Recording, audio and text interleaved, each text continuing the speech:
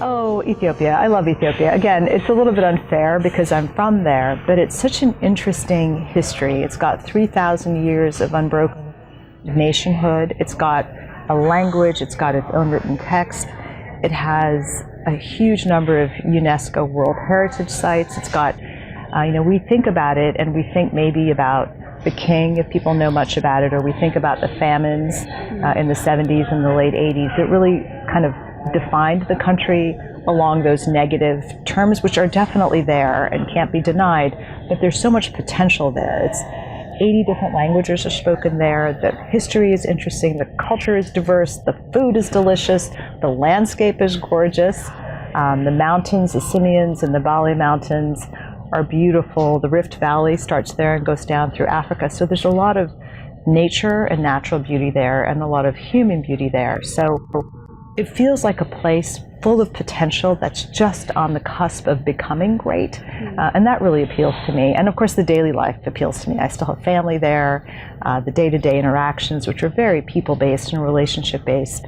And though I'm very comfortably American and love the US, sometimes, the nuclear family and the way we live, we don't get to benefit from those close connections that are just part of the daily fabric of life there. So the Simians I just visited over Christmas, and it's just spectacular.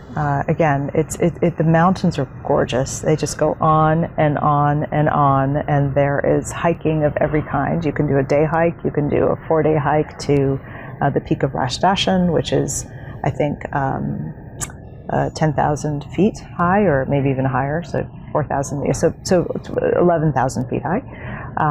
So that's really quite spectacular. And again, there too, there's so much potential because it's a poor country. It's a growing country, but it's a poor country, so it hasn't yet invested in all of the infrastructure which will support that industry as it gets better. But there are very nice places to stay, 2 nice places to stay, guides who know what they're doing, and just the natural beauty of its own is really all you really need. The weather is another huge benefit in Ethiopia.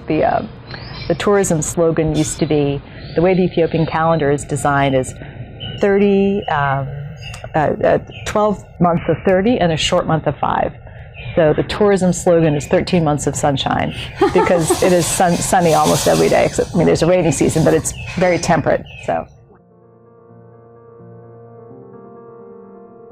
the family really is at the center of rhythm. So the weekends will be about weddings or just visiting people, and there's huge capacity for coffee drinking and chatting.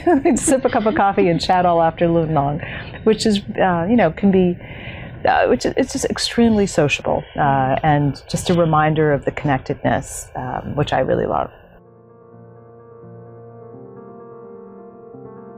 It's delicious, and it's interesting. There's a lot of fast days on the calendar because of the church, but as a result, the vegetarian options are delicious as well. So there's, it's a very meat-loving country, but they're excellent greens and split peas and cabbage and all kinds of really quite yummy food.